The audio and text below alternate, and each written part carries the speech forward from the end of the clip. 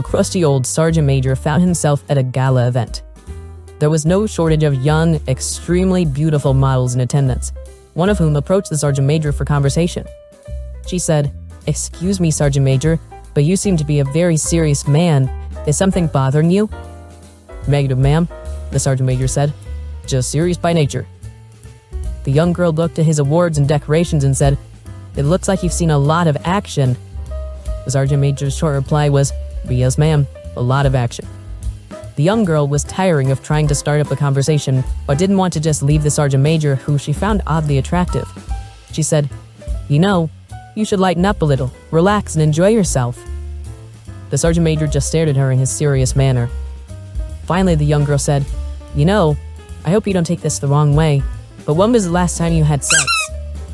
The sergeant major looked at her and replied, 1955. Surprised, she said, "That long? Well, let me make your night better," and the two sauntered away to a private room. The woman stripped and the two made passionate love for an hour. The woman cuddled up to the Army veteran afterward and said, "Well, you sure haven't forgotten anything since 1955.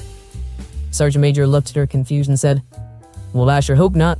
It's only 21:30 now." A guy goes to the supermarket and notices an attractive woman waving at him. She says hello. He's rather taken aback because he can't place where he knows her from. So he says, "Do you know me?" To which she replies, "I think you're the father of one of my kids." Now his mind travels back to the only time he's ever been unfaithful to his wife and says, "My God, are you the girl from my bachelor party that I made love to on the pool table with all my buddies watching and cheering?" She looks into his eyes and says calmly, "No, I'm your son's teacher." A man goes to a female dentist to have a tooth extracted. She pulls out a large syringe to give him an anesthesia shot. "No way, no needles, I hate needles," the man exclaims, so she starts to hook up the nitrous oxide tank, and the man says, "I can't do the gas thing either. Just the thought of having a mask on my face suffocates me."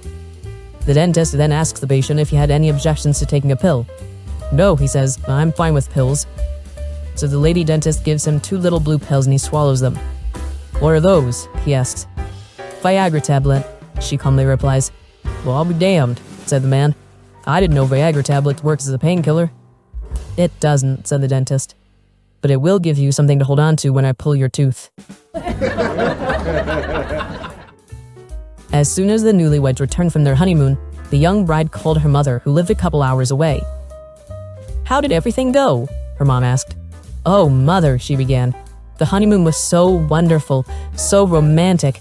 We had a terrific time. But Mother, on our way back, Andy started using really horrible language. Stuff I'd never heard before. Really terrible 4-letter words. You've got to come and take me home, please, Mother," the new bride sobbed over the phone. "But honey," the mother countered, "what 4-letter words?" "I can't tell you, Mother, they're too awful. Come get me, please."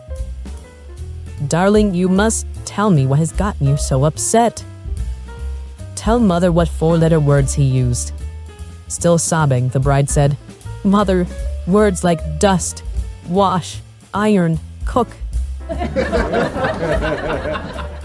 A man had been drinking at the bar for hours when he mentioned something about his girlfriend being out in the car.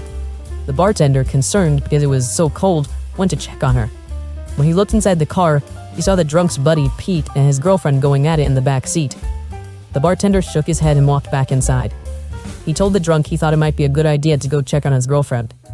The drunk staggered out inside to the car, saw Pete and his girlfriend entwined, then walked back into the bar laughing. "What's so funny?" the bartender asked. "That damn Pete," the drunk laughed. "He's so drunk he thinks he's me." A blonde walked into an electronics store and said to the salesman, "I want that TV." The salesman shook his head and said, "No, we don't sell to blondes." So the blonde left and came back with her hair dyed brown and said, "I'll take that TV." Again, the salesman said, "No, we don't sell to blondes." So she left again and came back with her hair dyed black and said, "I want that TV." But the salesman still said, "No, we don't sell to blondes." Finally, the blonde got fed up and said, "That's it. How did you know I was a blonde?" The salesman answered, "'Cause that's a microwave." A guy goes to the doctor for a checkup and gets bad news. You've got a rare disease and you've only got 6 months to live, the doc tells him. The patient is incredulous and tells the doctor he's going to get a second opinion. He finds another doctor a few days later, and after a battery of tests, the doctor gives him the same bad news. The patient is in shock and asks if there's anything he should do. The doctor pauses a moment and says, "Can I give you some non-medical advice?" "Sure, anything, doc. I'm desperate." "Do you have a girlfriend?" the doctor asks. "Nope. Been single for years," says the patient. "Well," says the doctor, "I encourage you to find a girlfriend. Go shopping with her. Listen to all of her complaints and problems. Get involved with everything she does and completely immerse yourself into her. I mean, every aspect of her you can." The patient perks up and is feeling hopeful. "Will that extend my life?" "No," says the doctor, "but it will be the longest darn 6 months you've ever had." A very distinguished lady was on a plane arriving from Switzerland.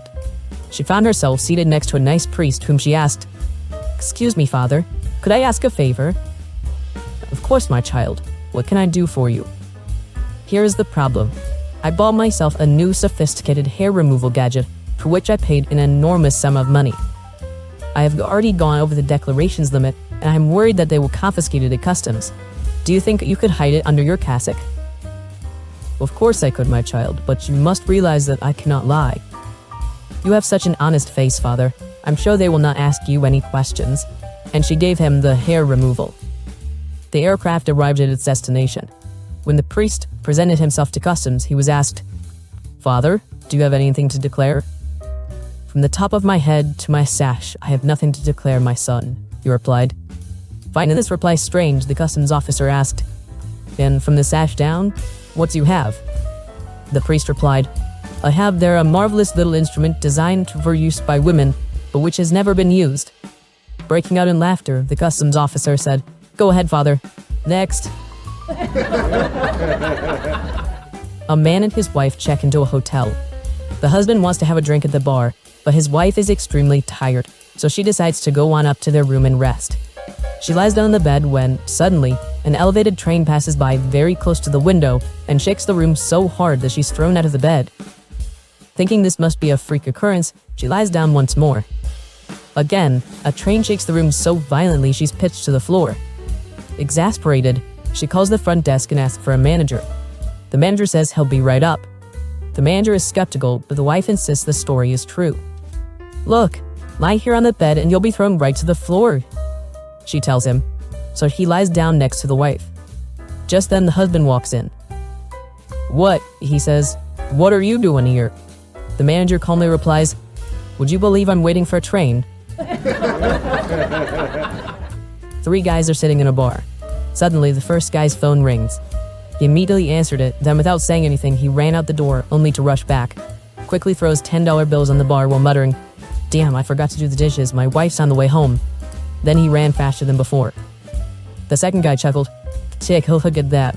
You know, around my house, I call the shots," he says as he got up and took out his wallet to pay for his drink. "The moment I enter the house, when I clap my hands twice, I got hot water immediately prepared for me." Then he proceeded walking towards the door. "I hate washing dishes with cold water." All this while the third guy still silently enjoying his drink, taking each sip calmly with a satisfied look. The bartender said, "Well, sir, I guess you have your life well in order compared to those two. You are the master of your domain, right?" The guy smiled and replied, "I don't mean to brag, but last time I talked with my wife, she was on her knees, all fours even." "What did she say?" the bartender asked. The third guy sipped his drink and said, "Well, she said if I'm really a man, then come out from under the bed."